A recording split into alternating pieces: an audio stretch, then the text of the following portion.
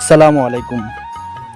দেশ ও দেশের বাইরে থেকে যে যেখান থেকে আমার এই প্রতিবেদনটি দেখতেছেন, আপনাদের দীর্ঘ সুস্বাস্থ্য কামনা করে শুরু করছি আজকের এই প্রতিবেদন। আজকের এই প্রতিবেদনে রয়েছি আমি রাজু ইসলাম। আজকে আমি অবস্থান করছি নীলফামারী জেলায় সৈয়দপুর থানায় এক তরুণ উদ্যোক্তার কাছে, যিনি পড়াশোনার পাশাপাশি ইনি ঘাসের প্রজেক্ট করছেন। ঘাসের প্রজেক্ট করে তিনি তার সংসারের অভাব অনটন, তার বাবার চাহিদা অভাব অনটন মিটাচ্ছেন। ইনি এই জারা ঘাস কিভাবে রোপণ করছেন, এই জারা ঘাস থেকে তিনি কাটিং কিভাবে সেল করতেছেন, আমরা সম্পূর্ণই তার কাছ থেকে শুনে আসব। জারা ঘাস রোপণ করছেন কিভাবে একটু জানাবেন? কিভাবে রোপণ জি করছি? জি, এটা রোপণ করে কিভাবে? রোপণ করে কিভাবে? প্রথমে হচ্ছে যে প্রথমে আপনার মাটিটা কিভাবে খনন মাটিটা করে? হচ্ছে যে খনন করা লাগবে।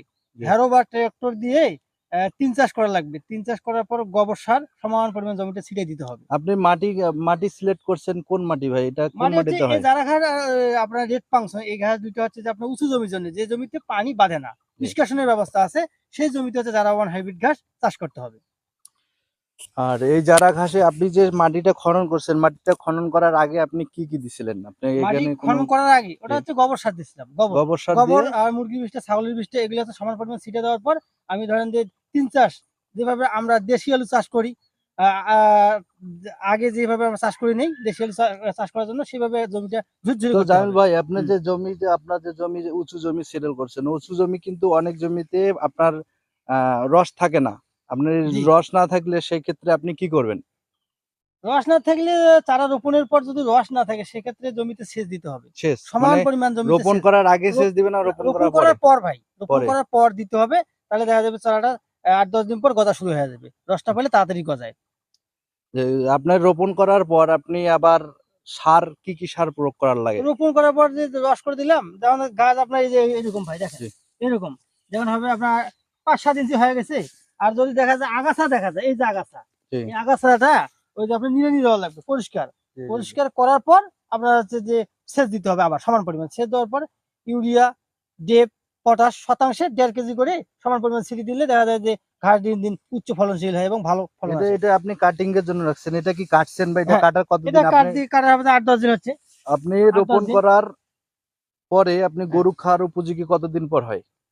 রোপণ করার পর দেন যে আপনার ২৫ থেকে ৩০ দিন লাগে এরকম। মানে গরু খাওয়ার জন্য ২৫-৩০ দিন হলেই ঘাস খাওয়ার ২৫-৩০ দিনের উপযুক্ত মধ্যে হয়ে হয়ে যায়। যায়। জি, জি, জি, জি। এটার জি ভাই। জারা ঘাসের গ্রোথ শক্তিটা বেশি, জি, জি, জি। পুষ্টির পরিমাণ বেশি এবং রসালো এবং মিষ্টি। রসালো। গরু ছাগল খুবই খাইতে স্বাচ্ছন্দ্য বোধ করে আরকি।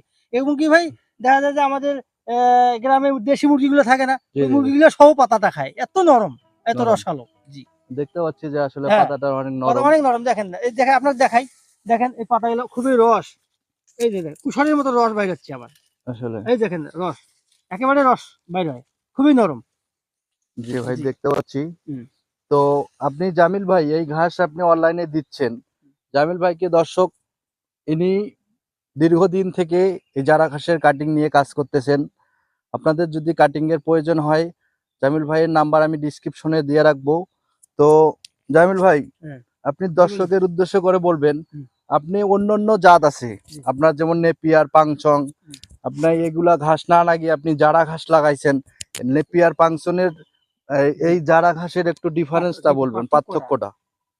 আমি দেখছি যে বাংলাদেশে যত ঘাস আছে, জি, জি, ঘাসের রাজা হচ্ছে জারাওয়ান হাইব্রিড ঘাস। জি, এই ঘাসে বাংলাদেশের সেরা ঘাস হচ্ছে জারাওয়ান হাইব্রিড। জি, যত ঘাস আছে ঘাসের রাজা জারাওয়ান হাইব্রিড ঘাস। এর মতো কোনো ঘাসের ফলন নাই। জি। বা কোনো খামারি যদি বলে যে আমি স্পার নেপিয়ার বা হচ্ছে রেড পাংসন বা জার্মান হোয়াইট অজানা এগুলো দিয়ে খামার করব, তারা খামার করতে পারবে না। কারণ সেগুলো হচ্ছে ফলন কম। ফলন আমরা কম। যে অনলাইনে দেই, আমাদের ঘাসের চাহিদা হচ্ছে জারাওয়ান হাইব্রিড। অনেকেই খামারিরা চায়, এই ঘাসটা বেশি চায়। আপনার কি ভাই, আপনার নেপিয়ার, পাংচং এগুলা ঘাস আছে না শুধু হ্যাঁ, জারা ঘাস আমার আছে? নেপিয়ার আছে, পাংসঙ্গো আছে, রেড পাংশন, জার্মান হোয়াইট এবং অজানা এগুলোও পাশাপাশি আছে।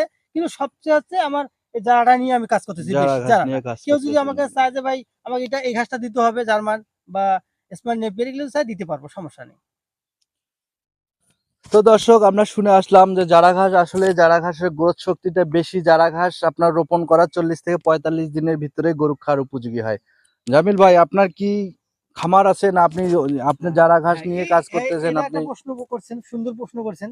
আমার গরু আছে। গরু। গরু আছে, আবার 40টার মতো গরু আছে, সবগুলো বড় জাতের গরু, ফ্রিজিয়ান, অস্ট্রেলিয়ান এগুলো আছে। হ্যাঁ। আবার যা যে ছাগলও ভালো জাতের আছে, কুরুজ আছে, কুরুজ জাতের ছাগল আছে, তারপর হরিয়ানা, বিটল, জি জি এগুলো আমার ধারে 20টার মতো ছাগল আছে, 20টা। জি জি। হ্যাঁ, এগুলো আমি আর কি ঘাস খাওয়াই, আর পাশাপাশি হচ্ছে যে আমি ঘাসের আপনি কাটিং সেল যারা করি। ঘাস, আপনি ভাই হ্যাঁ, ঘাস কতগুলা জমিতে রোপণ আমার তো করছেন? 10 বিঘাতে যারা ওয়ান হাইব্রিড আছে, যারা ওয়ান হাইব্রিড দ- ঘাস 10 বিঘা 10 বিঘা জমিতে জমিতে আছে, চাষ তাহলে তো করছি, জি অনেক জি। তো ভাই। অনেক ঘাস, মানে আমার গরু ছাগল চাহিদা আপনি কি মিটিয়েও শুধু আমি আপনি যারা ঘাসে কাটিং সেল করেন না, আপনি বাজারও বিক্রি আমি করেন এই ঘাস? বাজারজাতও করি, যে আমার ঘাসের যে উদ্বৃত্ত ঘাস থাকে জি, ওই ঘাসটা আমি বাজারজাত করি, বাজারজাত বাজারে সেল করেন। দিয়ে দিই, জি জি জি। আর হচ্ছে ও যে কাটিং আমার নিচে গোড়াগুলো, এগুলো আমি অনলাইনে সেল দিই। এবং কোনো জেলা নেই যে আমার ঘাসের কাটিং নেই, 64টা জেলার মধ্যে আমার ঘাসের কাটিং দেওয়া আছে। জি ভাই, আমিও দেখে আসি যে জামিল ভাই অনেক চ্যানেলে এই জামিল ভাইয়ের ঘাসের প্রজেক্ট আপনি অনেক ভিডিও করে নিয়ে গেছে। আমিও আসলাম জামিল ভাইয়ের কাছে ভিডিও করার জন্য। আর আমিও দেখি ইনি দীর্ঘদিন থেকে এই চারা ঘাস নিয়েই কাজ করতেছেন, ইনি একটা অভিজ্ঞতা লোক, এনার কাছে আপনি কাটিং সংগ্রহ করতে পারেন। তো যাই হোক দর্শক, আপনারা যদি কাটিং সংগ্রহ করেন, ভালো জাতের কাটিং সংগ্রহ করবেন। আমি এখানে যে জমিটাতে অবস্থান করতেছি, এটা হচ্ছে মূলত জারাওয়ান হাইব্রিড ঘাস। এই ঘাসের বয়স আপনার ভাই কতদিন হয়েছে? আপনি দেখতেছি তো আপনার মাশাআল্লাহ জি অনেক জি জি ভাই, পরিপক্ক জি হয়ে জি, গেছে ঘাস ঘাসগুলা, তো আমার শক্ত হয়ে গেছে। 5 মাসের মতো হয়েছে ভাই, 5 মাস, 5 মাস, আপনার কাটিং করতে গেলে আপনার কতদিন সময় লাগে? 4 থেকে 5 মাস লাগবে। 4 থেকে 5 4 থেকে মাস 5 মাস, জি। যে এই যে দেখেন আমার ঘাস কতটা লম্বা, প্রায় 16 ফিট লম্বা হয়, 16 ফিট। 16 ফিট। আর এটা হচ্ছে পরিপক্ক গাড়ি, একেবারে পরিপক্ক, গজা দেখতে শিকড় পাচ্ছি সহ, যে আসলে দেখছেন? প্রতিটা হ্যাঁ, গাছ ভালো থেকে ভালো মানের আপনার গাড়ি, হ্যাঁ। একটা গাছের মধ্যে না হলে আমার 7টা থেকে 8টা কাটিং বাইর হবে, 7টা থেকে 8টা কাটিং। আর আমি কিন্তু অপরিপক্ক কাটিং দিই না ভাই। তো ভাই আমি একটা এখানে কথা বলি যে আসলে বাংলাদেশের 64টা ডিস্ট্রিক্টে অনেক ভাই আছে স্টুডেন্ট, অনেক ভাই বেকার আছে, আপনার মনে করেন চাকরি নাই, বাসায় বসে আছে।